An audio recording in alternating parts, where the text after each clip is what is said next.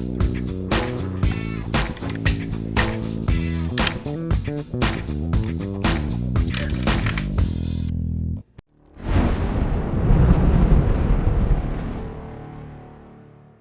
everyone, Diggs here for Lockpickers United, and welcome to Slaying Saturday. Today I'm going to pick and gut the Banham M2002, and I also want to make a brief correction. So our Teardown Tuesday video was a Banham lock, but it wasn't in fact an M2002. The number on this lock changes based not on the core, but on the format it's used in. So what Tumblr showed on Tuesday was actually an 1100 series, which was designed to fit Banham's L111 latch. Thanks a ton to Canute the Viking on Reddit for pointing this out to us, and because he pointed this out and made us all a little bit smarter, I did a little bit of digging and I found Banham's website and made sure that the format that I am using for this video is in fact a Banham M2002. So I hope you enjoy watching me pick and gut it. Let's get to it. Here we go. Showing you that the key works and that nothing's pre-picked. It opens and here's the bitting on the key. Now let's get started. I'll put my custom tension wrench in. If you didn't see me make that, you can go back to Fabrication Friday number 2 and check that out.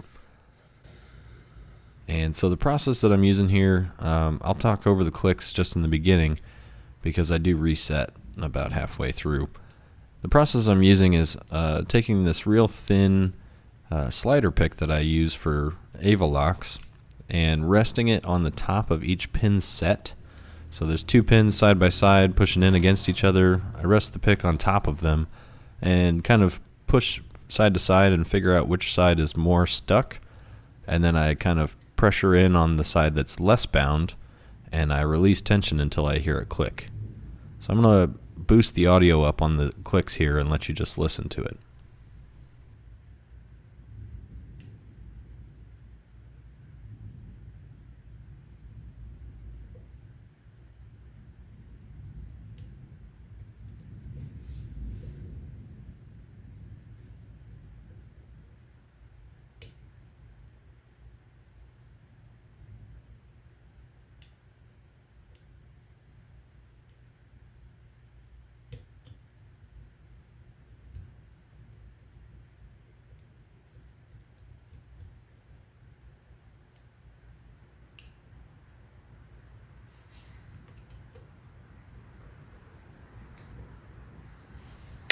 And there it's open.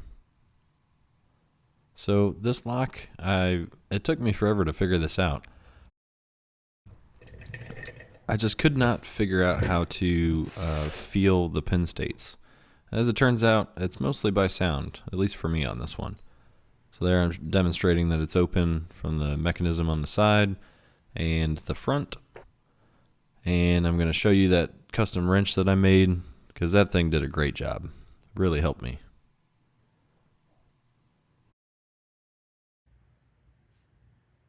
Now, this format is a little bit different than Tumblr's lock, but you know, the core is the same, so at the end of the day, what do we care? All I got to do is loosen out these two grub screws, and that allows the front shielding to just slide right off of there, and you see the faceplate pops out of the bottom. Now I'm taking a look and thinking about it for a second, and I decided to unscrew this back portion too, but it's totally unnecessary. It does give you an idea of what's underneath there, but doesn't help me gut the lock in any way.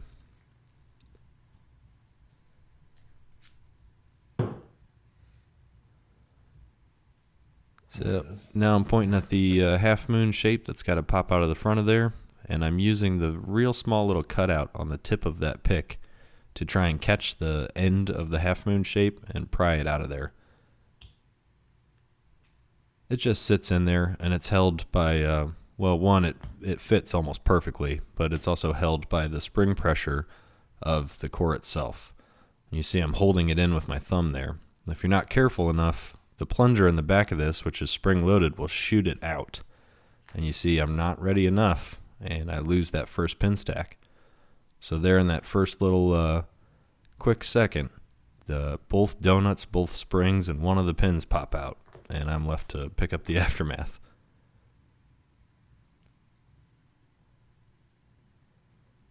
And then once I get all that squared away, I pull it back open enough to get that first chamber available, and then knock out the other pin that's still in there.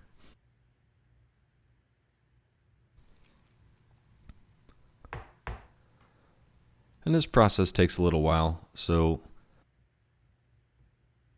while you're watching, I just want to say thank you to everybody that's been watching our videos so far and giving us feedback and likes, and especially the people that have been reaching out through Reddit and the Discord and giving us input on what they like and what they don't like. It's a real goal of ours to make these videos as good as possible. I'm going to speed up a couple of portions of this just because it's much of the same over and over again, and I'm going real slow so that I don't lose anything. Taking this lock apart, but especially putting it back together, is a huge pain because you're trying to hold the core against the spring pressure of the plunger in the back, and you're also trying to hold everything in on the sides, and you only have two hands, so definitely use a vise if you're putting this thing back together.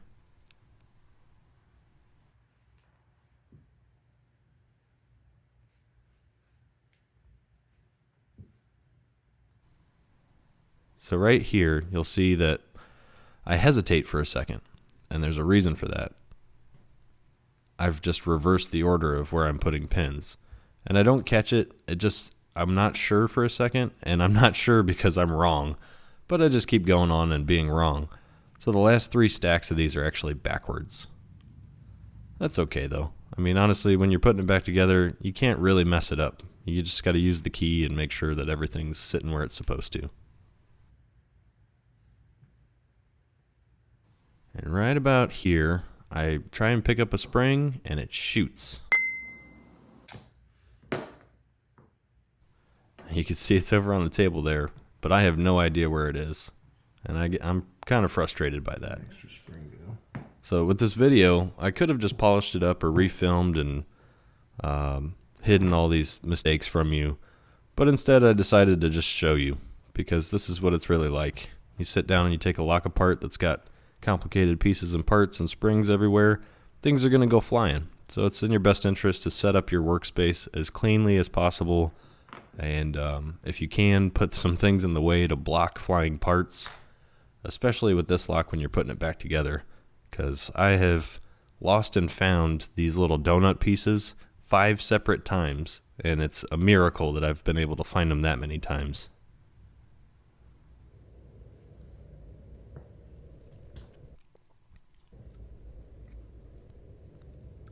And once I get them all laid out, I will change the view and kind of zoom in a little bit, and I'll make a few more mistakes.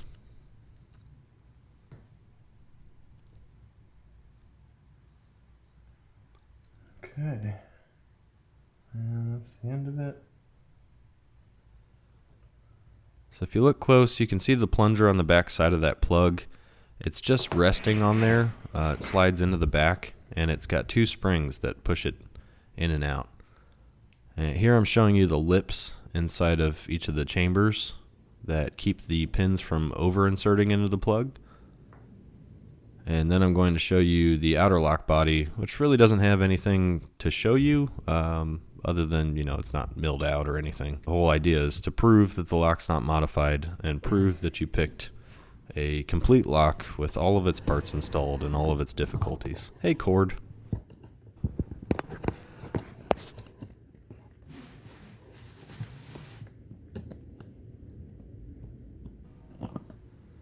Alright, so I'm zooming in here to try and show you all these pieces. And this is probably the most tedious part of any pick and gut video, where somebody sits there and rearranges all the pieces and parts and does it in real time. This takes me forever, so I'm speeding through it.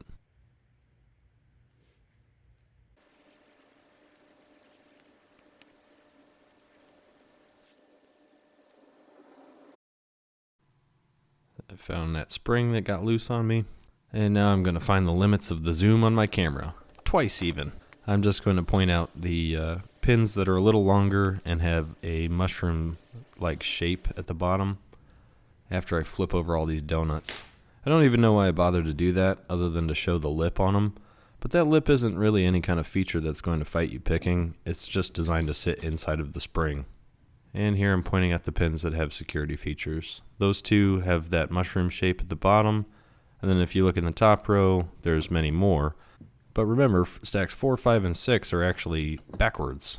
So wherever you see a spool, it would have actually been on the other side. And that's the Banham, picked and gutted. And we'll see you next week.